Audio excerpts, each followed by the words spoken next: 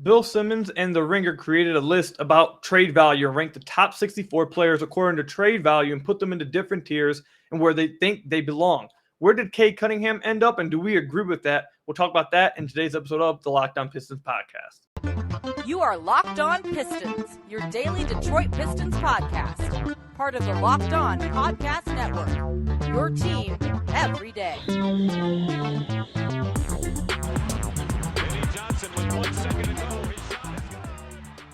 What's the deal? Welcome back to another episode of the Locked On Pistons podcast. Per usual, I'm your host, Kuka Hill. You can find me over on Twitter at Kuka Hill. I want to thank you guys for making Locked On Pistons your first listen of every single day. We are free and available on all your podcast platforms. And if you haven't already, head to our YouTube channel at Locked On Pistons. Hit that subscribe button. It's the best way to support the podcast. Or if you listen to this on the podcast platforms, you could also still go to the YouTube channel, hit the subscribe button just to support it. Or you can go down in whatever podcast platform you're listening to, go down below in the rating system and leave a 5-star rating. I'd really appreciate that as well. So we're going to be talking about a few different lists that were made over the past week or so featuring Cade Cunningham and what I think about them. The first list we're going to talk about is one created by Bill Simmons and The Ringer, and it's titled the NBA Trade Value List, Summer 2022 edition. I'm pretty sure this was brought into because of the the Kevin Durant trade request, and got people thinking, who's untouchable? Who would you move for this? Blah, blah, all this stuff. So I'm pretty sure that's why this list was made. In the second segment, we'll talk about a list made by The Athletic, an author over there, Seth Partnow. He ranked the top 125 players for the upcoming season. He put them in the tiers, so he avoided putting them in like direct order, so he just put them in tiers. I'll let you guys know this. I'm a bigger fan of one of these lists than I am another, but we'll talk about both those lists. And right before I started recording this, I was watching the Drew League, which LeBron and Kyrie were participating in, and it got me thinking, which current Piston would you guys all love to see play in the Drew League the most? We'll talk about that in the final segment, who I think would be the most fun to watch in the Drew League. But anyways, let's get to the first list. And the first list we're going to talk about is the one from The Ringer about NBA trade value list. So, again, like I said, this list was really brought into creation because of the request from Kevin Durant requesting a trade, and now everyone trying to figure out, whose value is what, who do you actually move, what players in the NBA are like close to untouchable, which ones are considered this, that, and all the other. So he ranked the top 64 guys. He had dishonorable mention for like 3 guys who like it's Kyrie Irving, Ben Simmons, and James Harden. I think we all understand why he just put them in that section because they're just some things you don't really want to take on. So he didn't include those guys. So the first Piston you see, and the only Piston that you happen to see in this list, is our very own, the franchise player, Cade Cunningham. And he had these groups, again, it was top 64, but he had the groups measured from A to L. So A, B, C, D, E, F, G, H, I, J, K, L. That's how many groups he had. So in Group L, he had quality starters. So I think Cade Cunningham deserves to be above quality starters. Yes. In Group K, he had the upside gang. I could possibly see like maybe Saddiq Bey being in this group, but to be honest, I don't think Saddiq Bey is a top 64 player in the NBA, so I'm not mad that they didn't include him in this. I think the one group that you could throw him into is the upside gang because he is pretty young still, pretty good piece of a young core. So that's the one spot I could see you throwing him in, but I'm not mad that he's not in that group. In this group is Tyrese Halliburton, Tyrese Maxey, Herb Jones, Jaren Jackson Jr., R.J. Barrett, Franz Wagner, and Josh Giddey. I get why all of those guys are in there over Saddiq. You can make an argument, but I get why all of them are in there over Saddiq. I'm not too mad about that. Next group, in Group J, he has the Ginobilis, which he calls the playoff guys. Cade is not in this list either. I think he should be higher, and he is. The next one, the Westbrooks, regular season guys. I don't think Cade's going to be in this list. Actually, and I lied to you guys. I lied. The first guy you guys see from the Pistons is not Cade Cunningham. I misspoke earlier. It's Jaden Ivey, who finds himself in the regular season guys list.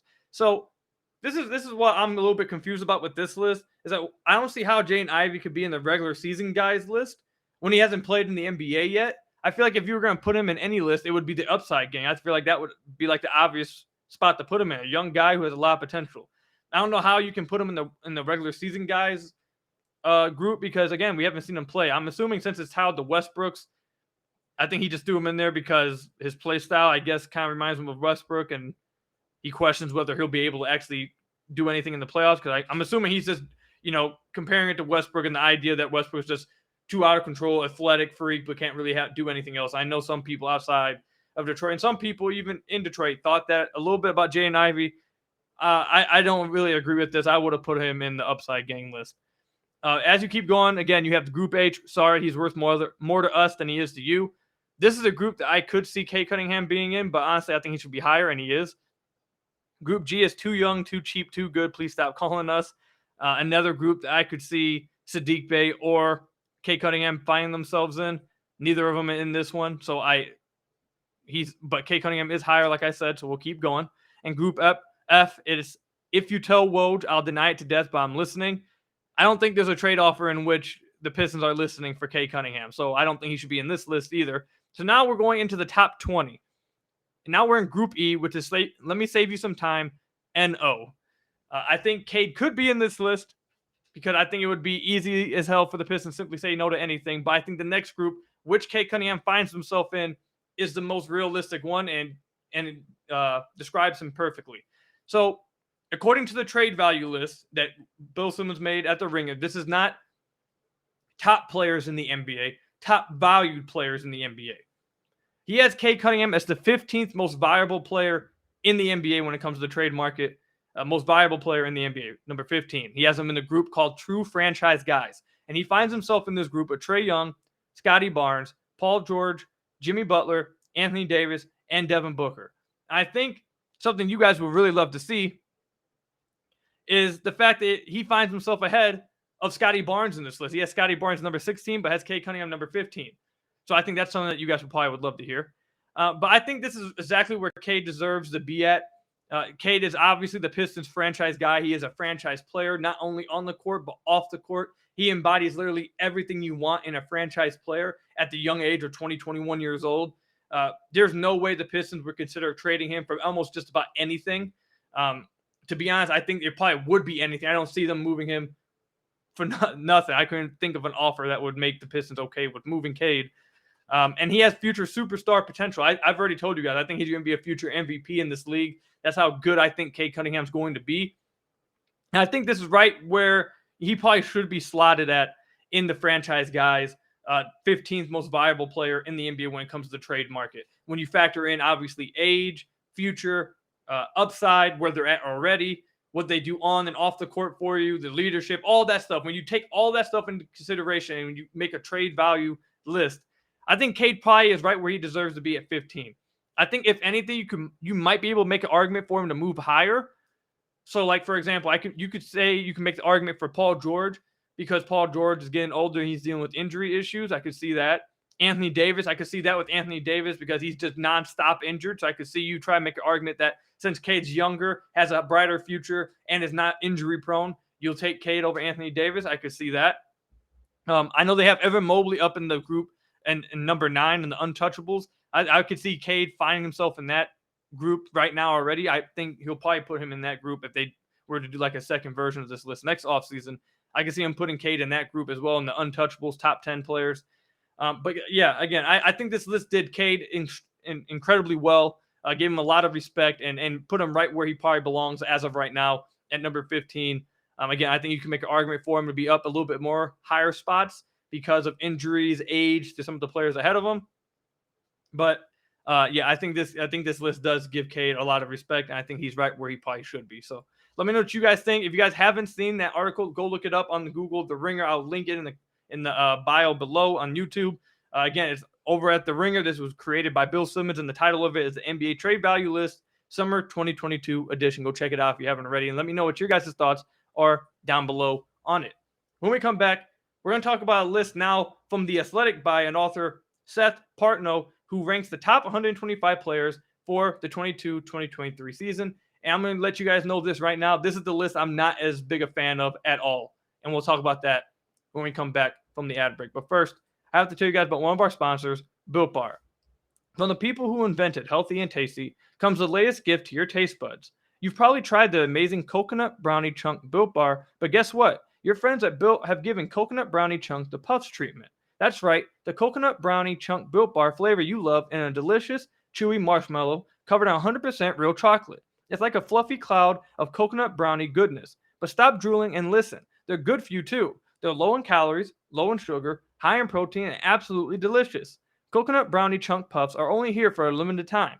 Go to Built.com now to make sure you don't miss out. They're going out fast because they taste absolutely amazing. And I tell you guys this all the time. Head to Built.com regularly because it feels like they're always coming out with new limited time flavors. And I can't promise you guys how long those limited time flavors will be there. So again, head to the Built.com and you'll get to see the Coconut Brownie Chunk Puffs that are here for only a limited time. The best part about Built Puffs is, of course, they taste amazing, but you can enjoy them guilt-free because they actually are good for you. They are the perfect treat, perfect when you've got a craving, you need to satisfy your sweet tooth, or if you need a quick, healthy snack, they're an excellent source of protein.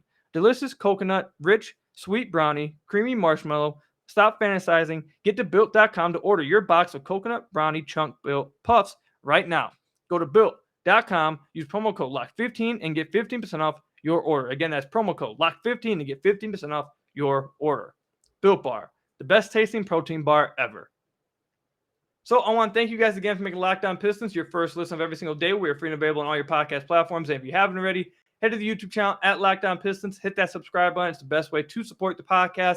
Or if you listen to this on one of the podcast platforms, go down below, leave a 5-star rating. Another great way to support the podcast. I would really appreciate it. All right, let's go ahead and talk about this top 125 players list of the 2022-2023 season, which was made again by The Athletic's Seth Partnow. Now, you guys will remember just a few podcasts ago, we were talking, actually, I think it was last podcast on the mailbag.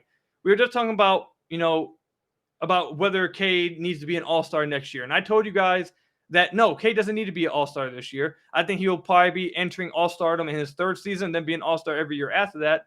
But my overall point I was making is that Cade still has a long way to go. Cade is terrific. I think he's going to be a future MVP, but he's still young. He has a lot of areas that he still has to get better in. And that's not a bad thing at all. He has to get better in. I know he knows that there's places he has to get better in, and he wants to get better at them, and he's improving on it in the offseason. We've heard all about the turnovers, the outside shots, getting stronger, which he already looks noticeably stronger. All these things. He has to get better, and he's going to get better. But right now, he's not perfect. Right now, he's not a superstar yet. Right now, he's not top 10, top 15, top 20 player in the NBA. He's not that right now. He's not that yet. He will be, but he's not there yet, and that's not a problem. That's okay. That's completely okay. However, this top 125 players list absolutely spits in the face of Cade Cunningham. This is me. I am trying to be as unbiased as absolutely possible. You guys have sat here and listened to me say that I don't think Cade's perfect. I still think Cade has a long ways to go. He has to improve in a lot of areas. That's me trying to be as unbiased as possible. And still, this list absolutely screwed him over. Utterly screwed him over. It doesn't even make sense where he's at. I low-key, I saw this list. One of you guys tweeted it at me. I looked at the list, and I wanted to spit on it. I was like, dude, what? Oh, like, anyways, let's go ahead and get to where he's ranked on the list. I don't care where any of the other Pistons are ranked. We're not even gonna talk about them because I'm not focused on it. The only player I'm focused on right here is Cade Cunningham. Okay, so Cade Cunningham, they got them ranked in the 41 to 84 section for Cade Cunningham, and in the tinier group, he has it called the changing of the guards. So in this tier, he calls it the 4B tier. So he's in the bottom half of that 41 to 82 tier. So top 100, that's good. Top 80, that's respectable. That's fine. You're like, if I told you basically Cade Cunningham was going to be ranked as a top 80 player after his rookie season, I think a lot of people would be like, okay, that's fine, that's cool. But this is where the problems I have with this list come about. Okay. So again, they have like a 4A, 4B section of this. And it's like the top half of 41 to 84 and the back half of 41 to 84.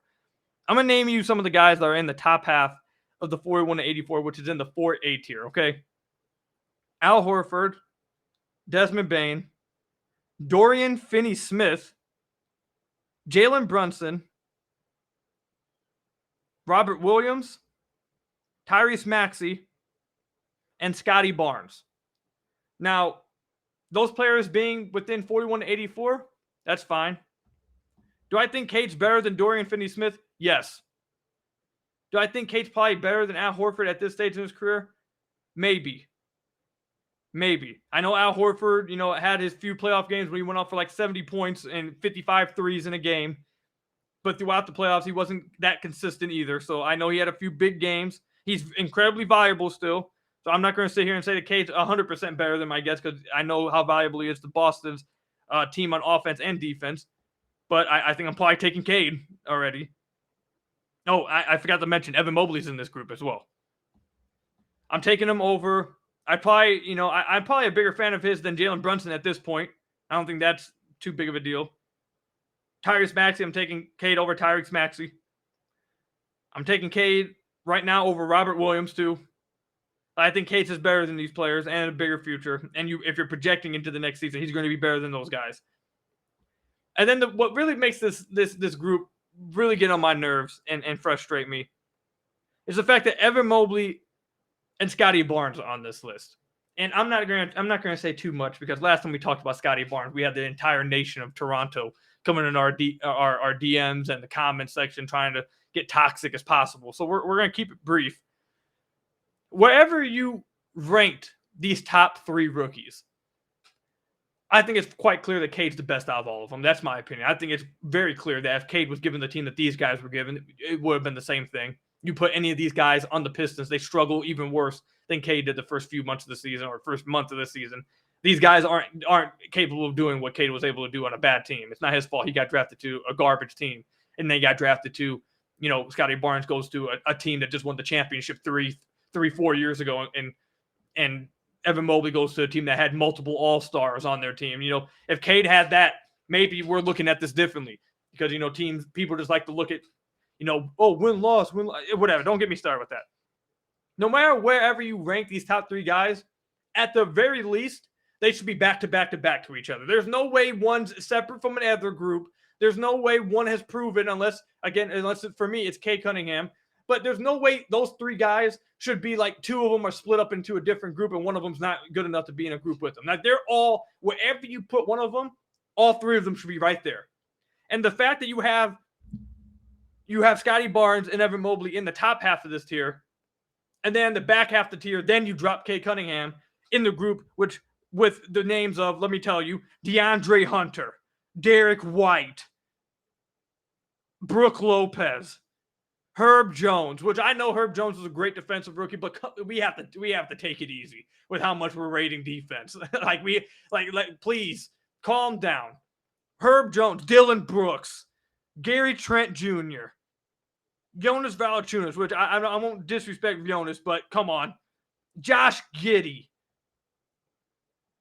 Kristaps, Malcolm Brogdon. These guys don't even play 5 games in the season. Michael Porter Jr., I forgot he was alive. Miles Turner. Seth Curry, a role player. Tobias Harris. Tyler Hero. Come on. Come on. We have to be better than this. We have to be better than this. Cade Cunningham is a franchise player. He is not a role player. He's not a number 3 or number 4. He is a franchise player. I'm not going to sit here and say he's in his prime already. I've already said that he has to get better.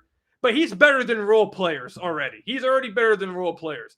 Dorian Finney-Smith being a higher tier than Cade Cunningham has me ready to pass out this seat. Dorian Finney-Smith? What, because he hits a few threes because he's playing off of Luka Doncic? He doesn't have to put more than 2 dribbles a game. Come on. Be better. We got to be better than this, man. We got to be better than this, dog. DeAndre Hunter. DeAndre Hunter and Derek White, the man that the teams in the playoffs were literally not even guarding the entire playoffs. Derek White, Dylan Brooks, the sellout himself. When Dylan Brooks steps onto the court, I assume he's already putting the opposite team's uniform on off the jump. Gary Trent Jr., Jeremy Grant, Josh Giddey, Kristaps, and Malcolm Brogdon, who's probably played a combined between the two 15 games the last 3,000 years. What's going on, bro? This is the list I don't understand. Not only because of the tier that he's in, the group, the players that's surrounding him, but the fact that you have the two other rookies in a higher tier of him. No, they should be back to back to back. I think Cade should be at the top. But again, at the very least, they should be back to back to back. There's no way one's in a different big tier than the other. Like you saw Evan Mobley start to fade when Allen got hurt. Oh, God, look at that. You took one all-star away. He started to fade a little bit. Evan Mobley's going to be great, but come on. Like, look what Cade was working with, and he was able to get better the entire season. Evan Mobley loses Jared Allen, all of a sudden things start looking a little normal. Like, go on. I'm getting tired of the disrespect with Cade. I'm already seeing it. I'm starting to see that because he plays in Detroit, teams or people outside Detroit are going to start spitting on him. People are going to start disrespecting them in these lists. And we got to just chill. We've got to chill. I'm not happy about this list. I wasn't going to talk about this list, but some of you guys tweeted it at me. I was like, please talk about it. And that's what my problem is. Overall, him being in the tier from 41 to 84, I don't have a problem with that. I think he's probably closer to top 50 than he is to 80. I think he's closer to 50 than he is 80. But according to this list and these tiers, it looks like that he's closer to 80 than he is 50. And he's also in the list with role players like the ones I named: DeAndre Hunter, Derek White, Dylan Brooks. Like, don't even get me go through these names again. It's disrespectful. It's utterly disrespectful. Cade's the only person in this tier right here that's a franchise player. Only person. The only person. And then you have role players that are above him. I'm sorry, role players who play off of stars cannot be better than franchise players, because if they were put in the role of the franchise players, they wouldn't be able to replicate it. Okay, that's just how it works. That's just my opinion. It's not going to change. I'm not ranking a role player who's feeding off of Luka Doncic or Ja Morant higher than Cade Cunningham because they don't have to have any responsibilities outside of shoot. Like, miss me with it. Let me know what you guys think in the comment section down below or over on Twitter at Hill. I wasn't planning on ranting that much about it, but the more I looked at the list, the more angry I got about it. When we come back, though, right before I started recording this, I was watching the Drew League, and we got some news late that LeBron and Kyrie Irving would be participating in it. So we were all watching it. Everyone, interested in NBA was watching it. It was a lot of fun. Drew League's fun when you see the professional players in it. And it got me thinking, which one of the current NBA or current Piston players would you most want to see in the Drew League? Who do you think would be the most entertaining to watch? Let me know what you guys' answer would be in the comment section down below. I'm about to tell you guys my answer when we come back from these ads.